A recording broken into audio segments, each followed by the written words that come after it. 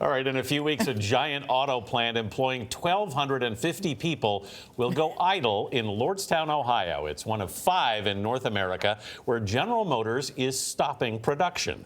The plant is in Trumbull County, where thousands rely on GM directly and indirectly for their livelihoods. It's also a county that voted for President Obama and then for President Trump. CBS News contributor Steve Inskeep, who's also co-host of NPR's Morning Edition and Up First, went to Lordstown to find out what residents are thinking now. Steve, good morning.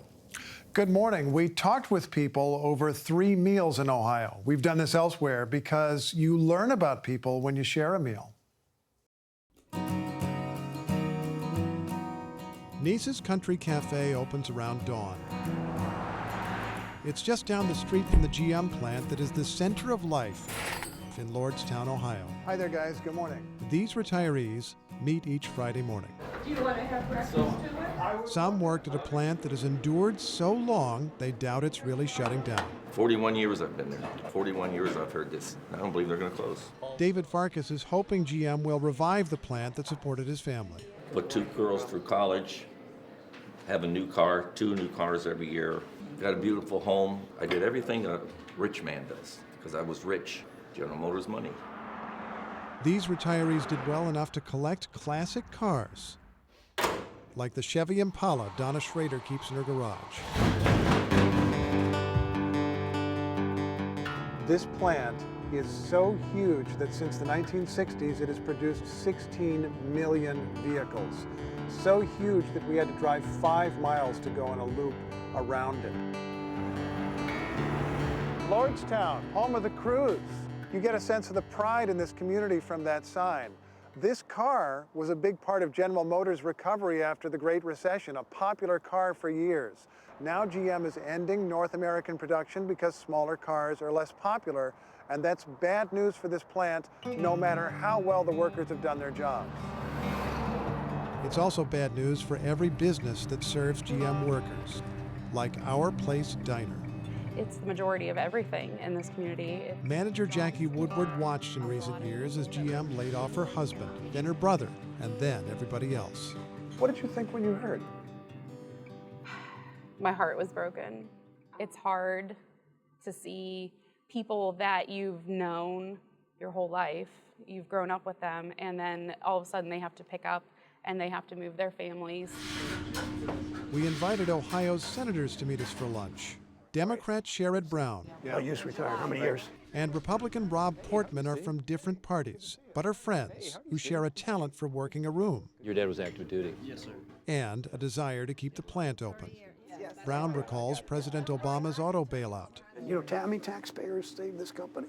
Oh. And then they get this huge tax cut. Portman argues GM's prospects should be improving. A few things have happened just in the last year in the Trump administration that would make it more advantageous to invest here. I got to have the GM chicken fenders. Both met GM Chief Executive Mary Barra, who said she was open to ideas. For now, laid-off workers can transfer. But it's not that simple. I mean, you own a house in Youngstown, and there's a plant closing or significant layoffs. Your chances of selling that house aren't very high. As you guys know, the president came to this area in 2017 and said, industrial jobs are coming back. Don't leave, don't sell your houses. It's going to be great. That hasn't turned out to be the case. Well, some businesses have been helped a lot by his steel tariffs. There's a lot of great research and development going on here now. A lot of innovation, advanced manufacturing is big. So there's some positive things, but this one is it's a punch in the gut. Here it comes. The restaurant manager at lunch put us in touch with some GM workers who've now arranged to meet us for dinner at the Sunrise Inn in the old manufacturing city of Warren, Ohio. So many workers came to share their stories that we had to pull up extra chairs. For me and my wife, having a disabled daughter, our whole support system for her is here. It's been a long fight with the schools and with getting everything to where it is. It's taken us 10 years and thousands of dollars. That if we have to move, is going to go back to square one. So if General Motors says there's a job for you in Fort Wayne, there's a job for you in Flint, Michigan. I either go there or I quit General Motors. And after 25 years, that's a hard pill to swallow. Moving is hard when others need you to stay. I take care of my elderly parents. It's hard. I take them to their appointments, go to the pharmacy, get them their meds. We're not moving. We're a blended family, and I see no use in... He would have to be away from his son. My kids would have to be away from their dad, and I'm not doing that. How many people here voted for Trump? 1, 2, 3, 4. About half of you. Some still back him, but Marsh is like this Ohio county. He voted for Obama, then for Trump, and is deciding where to place his hope next. My loyalty is done to either party. You know, I'm going to vote for who I think is talking at the right time. For the people at this table, with almost 150 years of GM experience, the job was more than a job. What have you loved about working for GM? People. You spend more time with those people than do you do your own family. We are a family.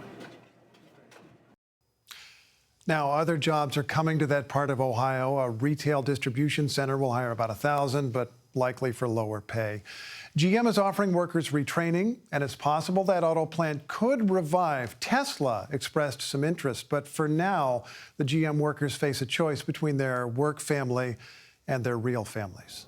What a difficult choice. Steve Inskeep, thank you very much for that report. Just reminds you again, guys, that there are people, human beings behind these numbers, these facts and figures that everybody and throws the around. effects ripple out through a whole town, through families. It just snakes everywhere. And as one of the senators says, it's a real punch in the gut. And Mary Barra, though, is seeking to transform a great American company, you know, as we transition to electric vehicles. And so she's changing that way that company is. They do have jobs in other places, but it shows you how difficult it is. When you have a family, it's easier when you're younger, but when you have a family and elderly parents, the thing it's hard. is, so many of those auto companies in towns like that have been just massive institutions that have threaded through families for generations. And undoing it is really She's trying to keep the company alive. She is trying to keep it profitable, which she's doing, but it hurts.